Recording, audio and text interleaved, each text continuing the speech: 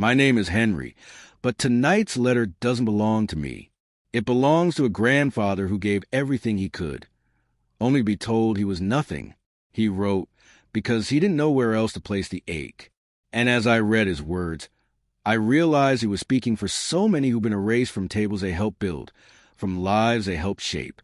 And before I begin his story, let me remind you, if these letters mean something to you, if you've ever seen your own reflection in them, go ahead and subscribe. It helps me keep reading these voices aloud, so none of us feel alone in our silence. Here is his letter. The first time I held my granddaughter, she fit in the palm of my hand. She had her mother's nose, her father's eyes, and a soft cry that reminded me of wind moving through autumn leaves. I whispered into her tiny ear, "I'll always be here, no matter what." And I meant it. I showed up for every milestone. The first birthday, where she smashed cake with her fists and smeared it across her cheeks. The first steps, when she wobbled from the couch into her father's arms as I clapped loud enough for the neighbors to hear. The afternoons in the park, when I pushed her on the swings until she squealed, "Higher, Grandpa, higher." I wasn't just present. I was committed. Every month I set aside money, not for me, not for my son or his wife, but for her.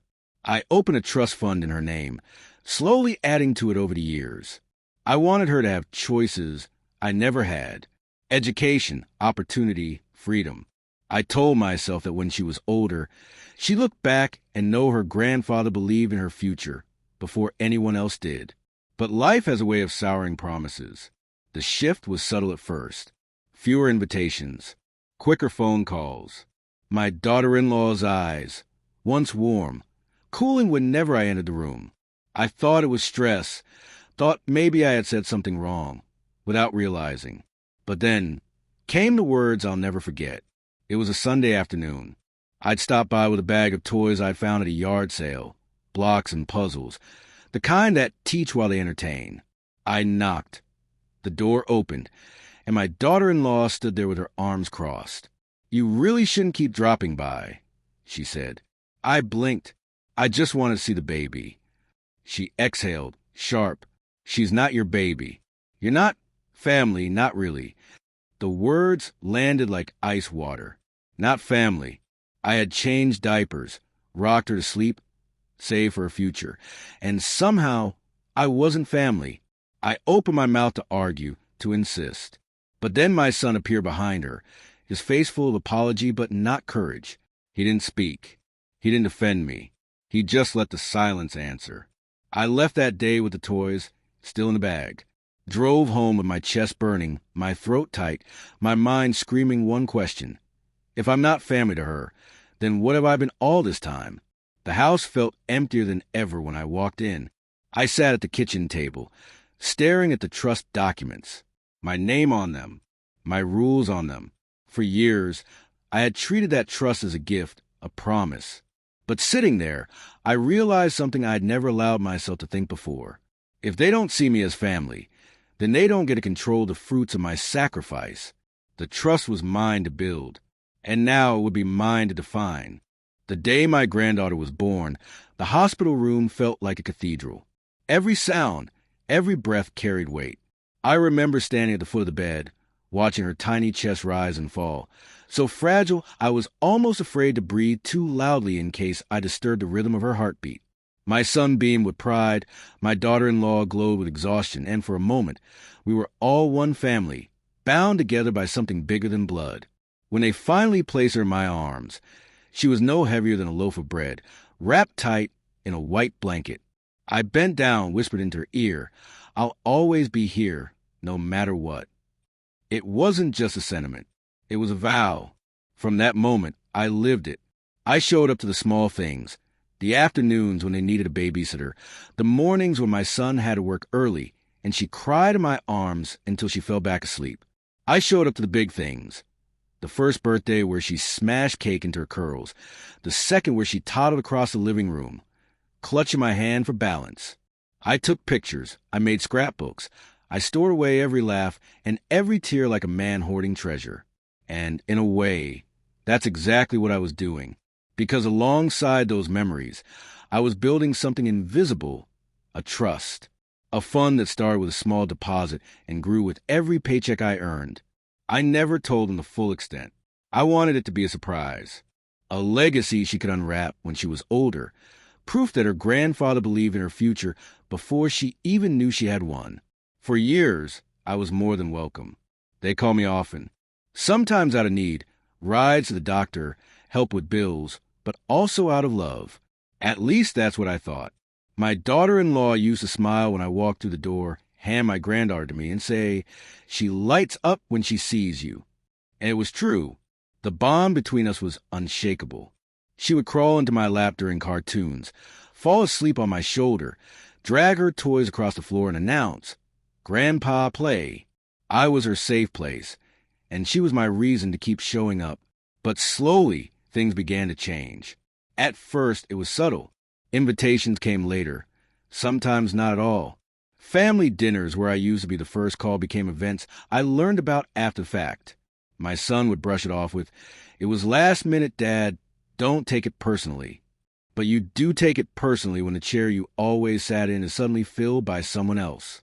One day I arrived with a bag of groceries, special ingredients for her favorite soup, the one Eleanor, my late wife, used to make for the kids.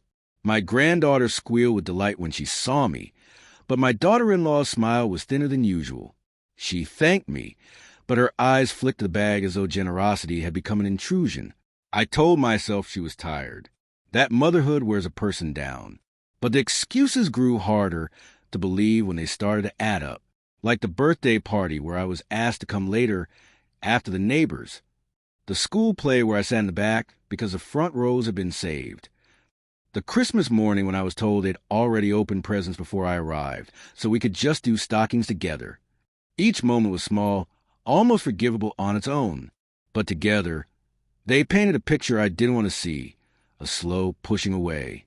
Through it all, I kept contributing to the trust.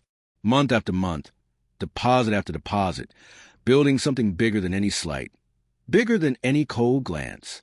I told myself that no matter how I was treated, she would always have that gift when she grew older, that someday she would see the sacrifice behind it and understand.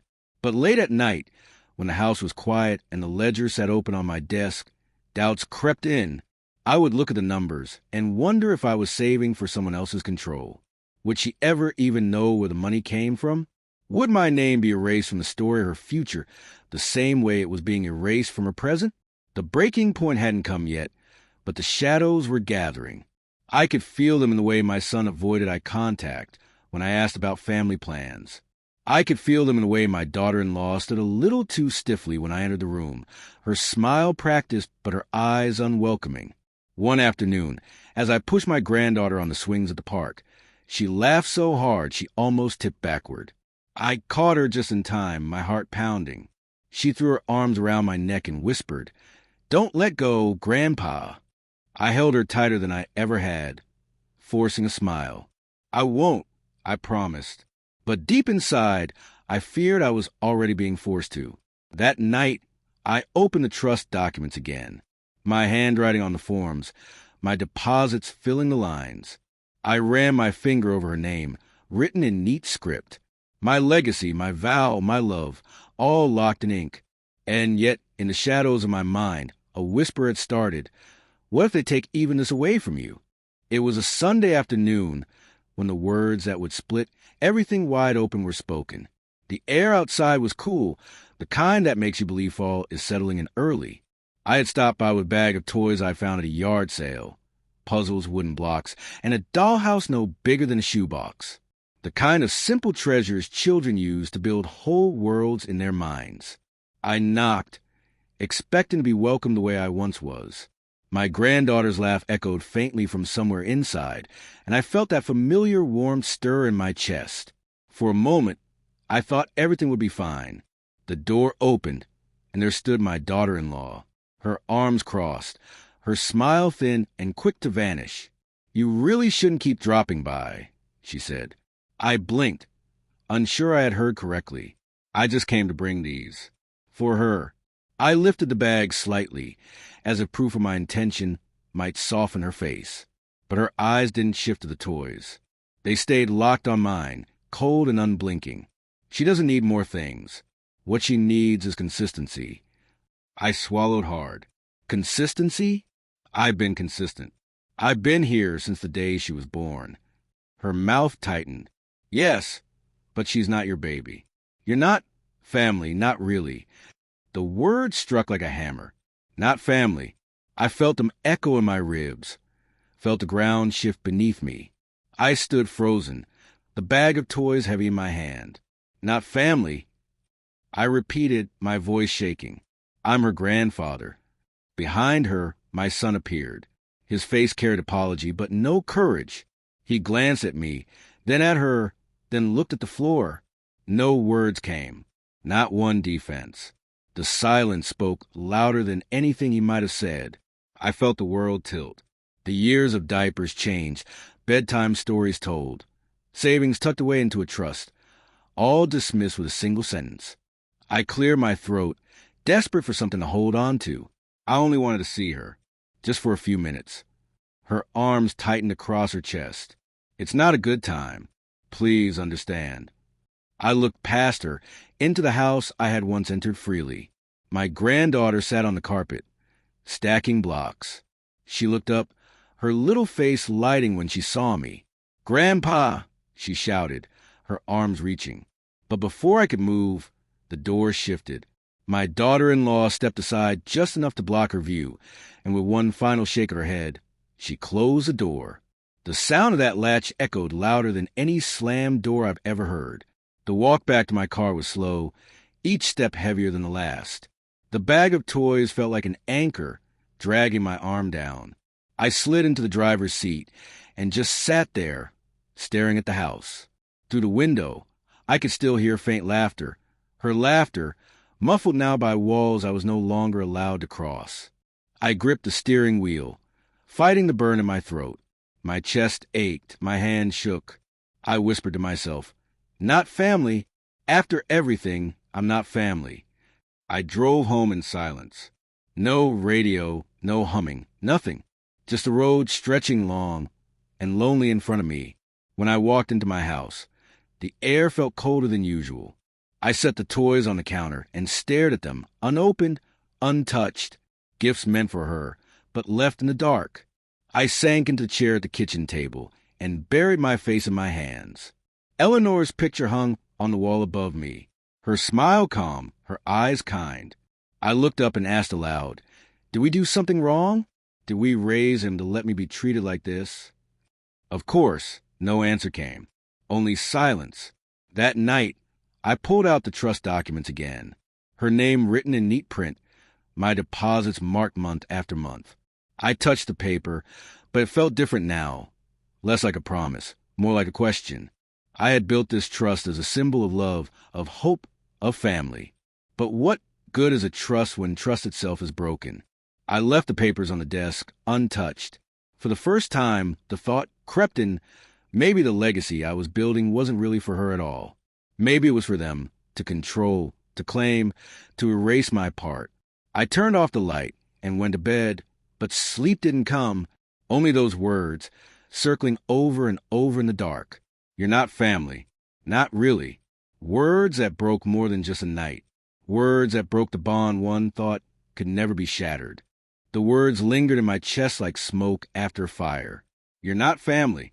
Not really. I carry them everywhere. In the car, in the kitchen, even into my dreams.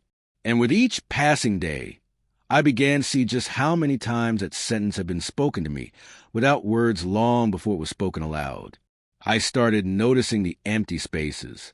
At birthdays, there was always one less chair at the table. The cake would be sliced, candles blown out, gifts unwrapped, and sometimes I'd realize I hadn't even been in the photos. My granddaughter would beam for the camera, while I stood off to the side, clapping but uncounted. At Christmas, I was invited to stop by later, after the big morning of gifts. She's already opened everything, my son would say on the phone, but you can come do stockings with her. Stockings small, secondary afterthoughts. At school recitals, the front rows were always saved. I'd sit in the back, straining to see her tiny face on stage, clapping as hard as my old hands could. My granddaughter would wave, But by the time I reached her in the lobby, she was already bundled up and rushed to the car. I told myself these were just oversights, accidents, timing. Families get busy. People forget. But now, after hearing it said plain, I saw the truth. I hadn't been included. I'd been tolerated. The empty seat became a symbol. I would set the table at home for one, but my eyes always saw two. I'd picture Eleanor across from me, or my granddaughter, or even my son as a boy. I'd place my plate, my cup, my fork, but there was always another place in my mind that remained empty. Once, I even wrote her name on a small card, just like the ones Eleanor used to set Thanksgiving, and placed it across the table. I sat down, folded my hands, and whispered grace as though she were really there. But when I lifted my head, all I saw was absence. The truth hurt. They had already decided my seat was unnecessary. The silence in the house grew heavier. I tried filling it with old records, with books, with long walks around the block. But everywhere I went, there were reminders of the chair that no longer had my name on it. One evening, I passed a diner downtown and glanced through the window. Families crowded into booths, laughing, sharing milkshakes, passing ketchup bottles back and forth. And for a moment, I imagined myself sitting in one of those booths with my granddaughter, her legs swinging from the vinyl bench, her giggle cutting to the hum of conversation. But the vision faded as quickly as it came, leaving me staring at strangers while I stood alone on the sidewalk. I began writing more in my journal, not just the events of the day, but the memories I didn't want to lose. I wrote about the time she called me Grandpa the Brave after I chased a stray dog away from the yard. I wrote about how her hand felt in mine when I pushed her on the swings, small but strong, trusting me not to let go. And then, in the margins, I started writing questions. Questions I didn't know how to answer. Will she grow up believing I abandoned her? Will she be told I was distant, difficult, unnecessary? Will my silence become the proof they use against me? That thought was heavier than any empty chair. Because absence doesn't just leave a void, it leaves a story for someone else to fill. I thought back to Eleanor. She had always said that love wasn't just presence, it was witness. To love someone meant to see them fully, to testify with your life that they mattered. And that's what hurt most of all. Not just that they pushed me aside, but that they were teaching my granddaughter I wasn't worth witnessing. I couldn't stop imagining the day she'd ask where I was. Would her mother say, "He chose not to be here"? Would my son say, "He was too busy"? Would the truth that I was turned away ever be told? The empty seat wasn't just at their table. It was in her memory. And once memories are written wrong, they are hard to rewrite. Late one night, I sat in my recliner, the trust document spread out on the table before me. My pen hovered above the page. The numbers looked solid, permanent. But what good are numbers if the people they're meant for erase the person behind them? I realized then that the trust wasn't just money. It was another seat at the table. A seat I was still being denied. And the question that kept me awake was this. If they won't give me a place while I'm alive, why should I leave them a place when I'm gone? The empty seat taught me something. It taught me that love without respect feels like charity. That presence without welcome feels like trespassing. That family without inclusion feels like exile. I didn't stop loving my granddaughter. I couldn't. But I started to understand that love wasn't enough to guarantee belonging. And in that painful understanding, a seed of resolve began to grow. If they wouldn't give me a seat at their table, then I would choose who sat at mine. It happened on a Saturday I will never forget.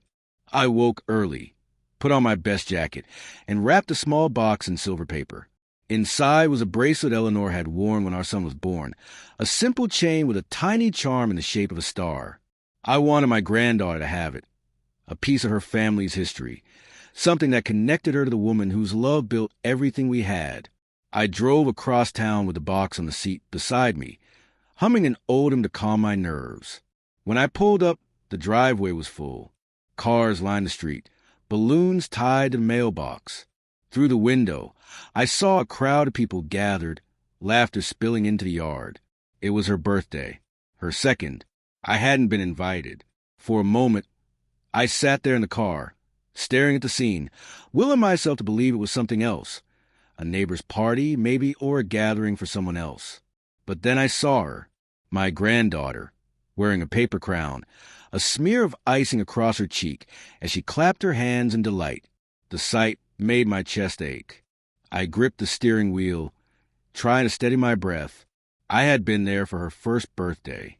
I had watched her smash cake with her tiny fists, had sung off-key while she grinned at me. And now, just 1 year later, I was parked on the street like a stranger watching through glass. I debated walking up. My hand hovered over the door handle, but I could already hear the words waiting for me. "You're not welcome." I couldn't bear to have them spoken again. Not in front of a house full of people, not with her little eyes watching. So I stayed in the car. I watched from a distance as gifts were unwrapped, candles blown out, songs sung. My son held her in his arms, smiling for pictures. My daughter-in-law moved among the guests like a queen at her own banquet.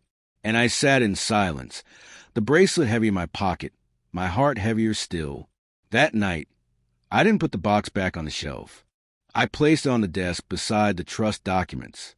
2 symbols, side by side, one of love, one of legacy, both kept from her by the same locked door. I picked up the trust and flipped through the pages. Every deposit, every signature, every careful decision I had made with her in mind. For years, this had been my quiet triumph, my hidden gift. But looking at it now, I felt something different. It no longer felt like a promise. It felt like a chain. Because what good was a trust if I wasn't trusted? What good was a gift if it was claimed by those who saw me as disposable? I whispered into the empty room. They won't let me be family, but they don't decide what becomes of this. The breaking point wasn't anger. It was clarity. I remembered every time I had been asked to give but not to belong. The rides, the money, the favors. Every yes I had spoken, hoping it would buy me a seat at the table. And I realized none of it mattered. They had already written me out of their picture. So I decided I would pick up my own pen. That night, I opened my journal and wrote. They said I'm not family. Fine. Then family will not be the ones to rule over what I built. The trust is mine. The rules will be mine. If love cannot buy me belonging, then dignity will guide my legacy. The words steadied me. The next morning, I saw my son at the grocery store. He looked surprised, almost guilty. "Dad," he said softly, glancing around as if checking who might be listening. "Why didn't you tell me?" I asked quietly. "Why didn't you tell me about her birthday?" He shifted, uncomfortable. It was complicated. Complicated? I repeated. "You mean it was easier to leave me outside than to stand up for me inside?" He said nothing, just stared at the floor tiles, his hands gripping the cart. "I was there when you were born," I said. "I held you the same way I held her. I worked double shifts to keep food on the table, to pay for your uniforms, to keep this family standing. And now, after everything, you let me sit outside while strangers sing happy birthday to my granddaughter." He winced, but didn't deny it. Didn't fight for me.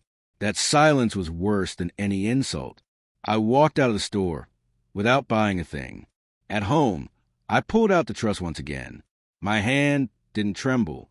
My mind was steady. The breaking point had come, not in fury, but in certainty. If they could erase me from the moments that mattered most, then I would erase their control over the things I had built. The trust was no longer theirs to expect. It was mine to define. And for the first time since she closed the door on me, I felt something I hadn't in months. I felt free. The days after the birthday passed in a blur of silence. I had thought that maybe, just maybe, someone would reach out, that my son would call, that my daughter-in-law would soften, that even a short message might come through. But nothing came. The phone stayed still on the counter, its black screen reflecting only my own face. By the 3rd day, I gave in and called my son myself. He answered quickly, his tone too bright, too practiced. "Hey, Dad, how are you?" I skipped the small talk. "Why didn't you tell me about her birthday?" There was a pause, long enough to feel heavy. "It wasn't intentional," he said. "Things just got hectic. You know how it is." "No," I said firmly. "I don't know how it is to be erased from my granddaughter's birthday when I live 20 minutes away." He sighed. Dad, it's complicated. Complicated. I repeated that word again. Complicated to include me? Complicated to set a chair for me? Or complicated to stand up to her? He didn't answer. The silence told me everything. 2 days later, a text arrived. Not from him, but from her. We appreciate your concern, but please respect our household and boundaries. It's not helpful when you show up uninvited. We'll reach out when it's a good time. I read it 3 times, each word colder than the last. Boundaries, household, respect. To her, respect meant silence. Respect meant staying away. Respect meant knowing my place. And my place, according to her, was nowhere near my granddaughter. I didn't respond. Not because I didn't have words, but because I knew any words I sent would be twisted, used against me. Sometimes silence isn't surrender. Sometimes it's strategy. But the silence grew heavier. I found myself lingering at the park, where I used to push my granddaughter on the swings. I would sit on the bench, listen to other children laugh, remembering her little voice shouting, "Higher, Grandpa." The sound lived in my memory, but the swings were empty now. At church, people asked how she was doing. I smiled, said she's growing fast, and left it at that. I didn't tell them the truth, that I hadn't been allowed to see her in weeks. Pride is a strange thing. It makes you cover wounds with smiles so no one sees how deep they go. Then one night, the phone buzzed. A message from my granddaughter. Clumsy letters typed from her tiny hands. "Hi, Grandpa. I miss you." My throat closed. I typed back, "I miss you too, sweetheart. Always." Seconds later, another message appeared. Mom took my phone. "Sorry." And then silence. I sat staring at the screen until the words blurred. That little message meant more than any apology from her parents ever could. It was proof that the bond wasn't gone. It was just being buried under their control. But it also deepened my resolve. If they could take even her words away from me, what else would they take? Would they erase me from her memory? From her future? From the story of her life? Not if I had anything to say about it. The aftermath wasn't loud. There were no screaming matches, no dramatic confrontations. It was cold, steady, deliberate exclusion.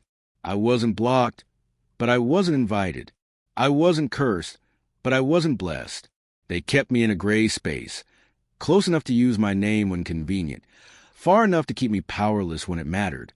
And in that cold space, I found clarity. I had spent too many years believing love was enough to guarantee belonging, that if I kept showing up, kept giving, kept saying yes, they would see me as indispensable. But I realized something. I wasn't indispensable. I was optional. And when people treat you as optional, you have to decide whether you will let them. One evening, I took out the trust documents again. The papers looked different in the lamplight, less like legal forms, more like a mirror of who I had been. A man who believed money could keep him tied to love, who believed a financial legacy would guarantee a seat at the table. But legacies aren't about money. They're about meaning. And meaning has to be chosen. I opened my journal and wrote. They left me outside the door. They told me I wasn't family. Very well. Then family will not be the ones who decide my legacy. My granddaughter will still have what I built. But through my rules, not theirs, the word steadied me. In the weeks that followed, the Cold War continued. My son called less and less. When he did, his voice carried guilt, but no courage. She texted once in a while, always with the same tone, distant, polite, final. But I no longer waited for their invitations. I no longer checked the mailbox for cards that would never come. I no longer stood by the phone, hoping for a call. Instead, I sat at the kitchen table with the trust in front of me, and for the first time, I felt in control. They could close their doors. They could draw their boundaries. But the trust was mine. The rules were mine. And no one, not my son, not my daughter-in-law, not their cold silences, could take that away. That was the aftermath. Not an explosion, but a freeze. Not an ending with fire, but one with ice.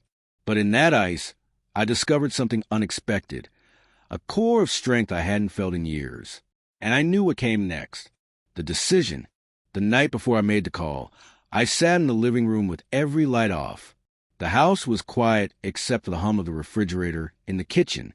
On the table before me lay two objects: the silver-wrapped box with Eleanor's bracelet inside and the thick folder of trust documents. I stared at them for hours. One symbol of love, one symbol of legacy. Both meant for the same child. Both now caught in the crossfire of exclusion. I picked up the bracelet, ran my thumb over the charm. She deserves this, I whispered to the empty room. But she also deserves the truth. And the truth is, they will never let her see me the way I see her. I set the bracelet down and opened the folder. The numbers looked back at me. Black ink on white paper. Years of sacrifice recorded in neat rows.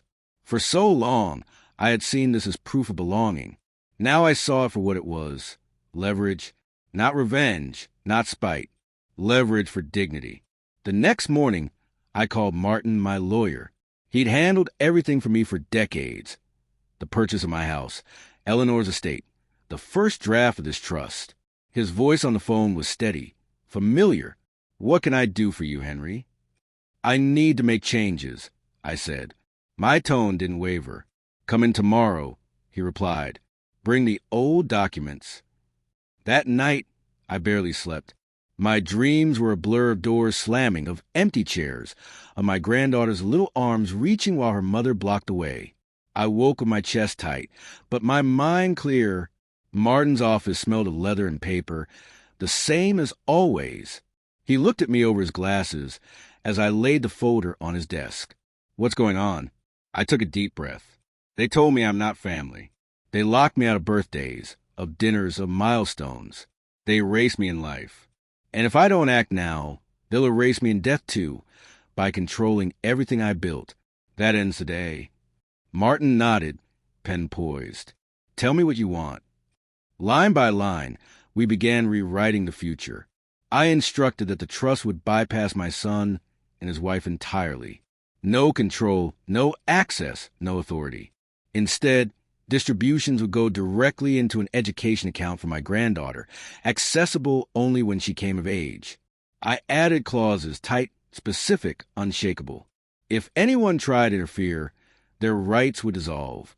We added charitable gifts too, things Eleanor would have wanted: a donation to the local church, a scholarship fund for kids from working-class families like mine. For once, my legacy wasn't being filtered through someone else's approval.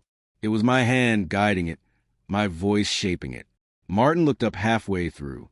"This is a big step. Are you sure?" I met his eyes. I've never been more sure of anything. If they don't see me as family, then they don't get to define my family's future. When I signed the new documents, my hand didn't tremble. The ink flowed smooth and final, like the last period at the end of a long, painful sentence. Martin slid the papers into a fresh folder, stamped them, and said, "It's done." I exhaled slowly. Not relief, not joy, but something steadier. Peace.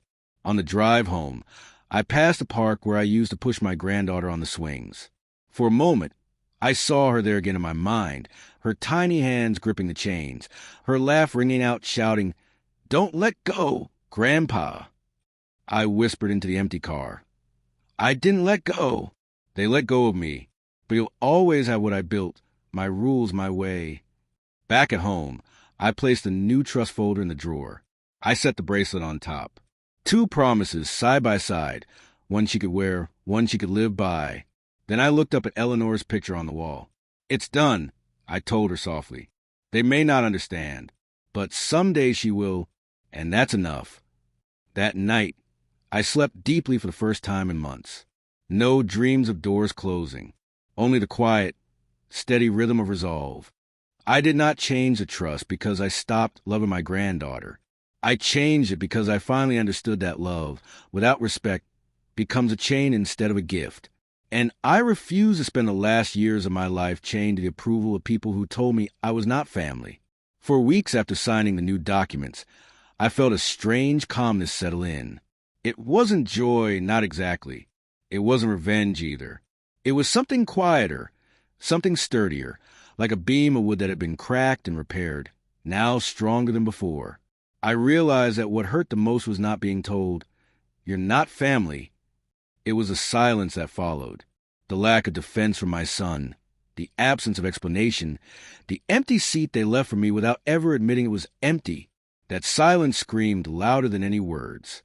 But in that silence, I also found my answer. I began to notice the little things again. The smell of fresh coffee in the morning, the hum of cicadas in the summer evenings, the laughter of children riding bikes past my house.